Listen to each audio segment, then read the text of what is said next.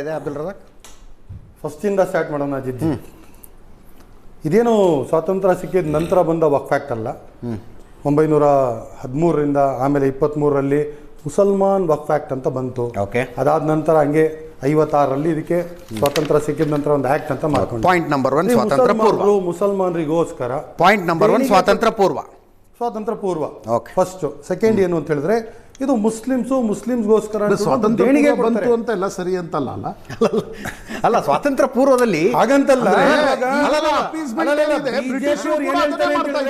ಈ ಬ್ರಿಟಿಷರು ಇಂಥ ಅವಕಾಶ ಕೊಟ್ಟಿರಲಿಲ್ಲ. ಈಗಿನ ಮುಂಚೆ ಅವಾಂತರ ಮಾಡ್ತು, ಕಾಂಗ್ರೆಸ್ ಕೊಟ್ಟಿದ್ದು ಅಂತಿದಾರಲ್ಲ, ಅದಕ್ಕೋಸ್ಕರ ಈ ಮಾತನ್ನು ಮಾತಾಡಿ.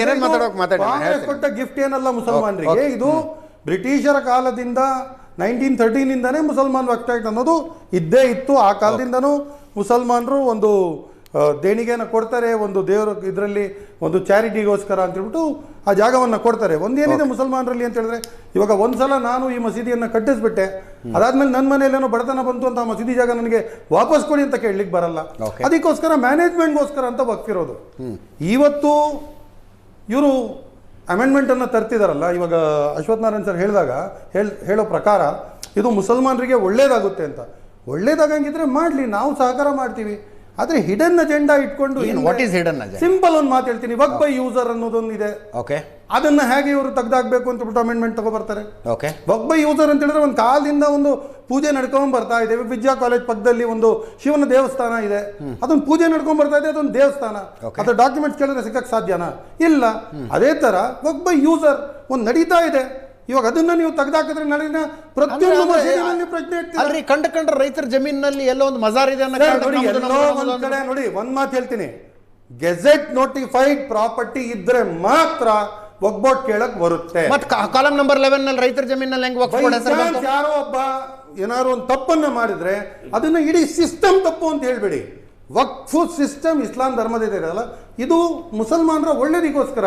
ಇವಾಗ ನಂತರ ಹಣ ಜಾಸ್ತಿ ಇದೆ, ನಾನು ಬಡವರಿಗೋಸ್ಕರ ಅವ್ನು ಕೊಡಬೇಕು, ಆದ್ರೆ ಅದನ್ನ ಮೇಂಟೈನ್ ಮ್ಯಾನೇಜ್ ಮಾಡಕ್ಕೆ ಅಬ್ದುಲ್ ರಜಾಕ್ ಮೂಲಕ ಈ ಕಾರ್ಯಕ್ರಮ ನೋಡ್ತಾ ಇರುವ ಪ್ರತಿಯೊಬ್ಬರು, ವಿಶೇಷವಾಗಿ ಮುಸ್ಲಿಂ ಮುಖಂಡರಲ್ಲಿ ಒಂದು ಚಾಲೆಂಜ್ ಮಾಡ್ತೀನಿ ನಾನು. ಚಾಲೆಂಜ್ ಇದೆ ಅಬ್ದುಲ್ ರಜಾಕ್. 2006ರಲ್ಲಿ 1,20,000 ಎಕರೆ ಇತ್ತು ವಕ್ಫ್ನ ಆಸ್ತಿ. ಹೌದು. 2024ಕ್ಕೆ ಅದು 9,40,000 ಎಕರೆ ಆಗಿದೆ. ಒಂದ್ಸಲ ಸ್ಕ್ರೀನ್ ಮೇಲೆ ನಂಬರ್ಸ್ ಹಾಕ್ಬಿಡಿ. 1,20,000 2006ರಲ್ಲಿತ್ತು, 9,40,000 ಈಗಾಗಿದೆ. 2006ಕ್ಕಿಂತ ಮುಂಚಿನ ಜಮೀನಿನ ವಿಷಯಕ್ಕೆ ನಾನು ಹೋಗೋದಿಲ್ಲ, ಆಯ್ತಪ್ಪ ವಕ್ಫ್ ಅಂತ ಅನ್ಕೊಳ್ಳೋಣ.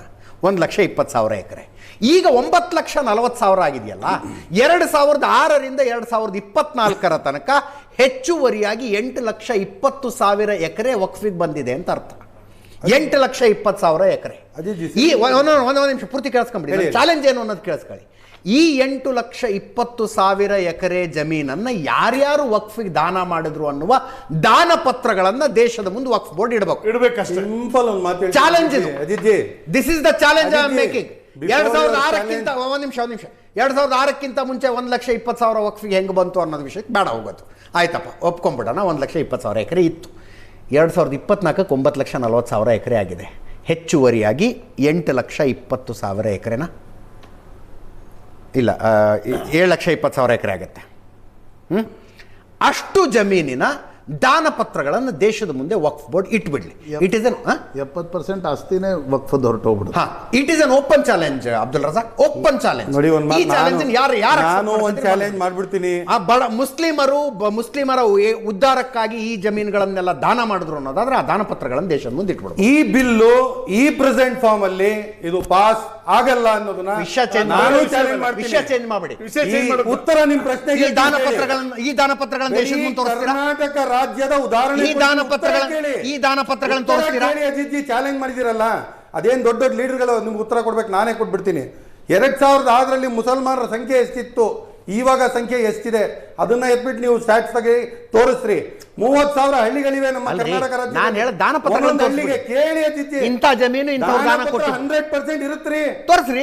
ಡಾಕ್ಯುಮೆಂಟ್ ಇಲ್ದಿರ ತಗೊಂಡ್ಬಿಟ್ಟು ಯಾವನಾದ್ರು ಈ ಜಾಗ ನಂದು ಕೇಳ್ತಾನ, ತೋರಿಸ್ರಿ. ಡಾಕ್ಯುಮೆಂಟ್ಸ್ ಇಲ್ದೆ ತೋರಿಸ್ರಿ ದಾನ ಪತ್ರಗಳನ್ನ. ಎಲ್ಲ ಅಪಪ್ರಚಾರ ಮಾಡಿದ್ರಿ, ತೋರಿಸಿ ದಾನ ಪತ್ರಗಳನ್ನ. ಒಂದ್ ಜನ ಬಂದ್ಬಿಟ್ಟು ಇದು ನಂದು ಅಂತ ಹೇಳಿದ್ರೆ ಯಾವನು ಕೇಳಂಗಿಲ್ಲ. ದಾನ ಪತ್ರಗಳನ್ನ ಯಾರು ದಾನ ಕೊಟ್ಟಿದ್ರು? ಜುಡಿಷಿಯಲ್ ಬಾಡಿ ಇದೆ, ವಕ್ಫ್ ಮಾಡಿದವ್ರು ಯಾರು? ತೋರಿಸಿ ಅದನ್ನ.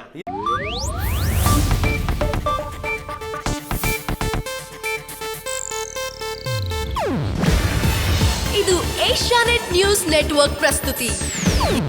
ನೀವು ನೋಡ್ತಿದ್ದೀರಾ ಏಷ್ಯಾನೆಟ್ ಸುವರ್ಣ ನ್ಯೂಸ್.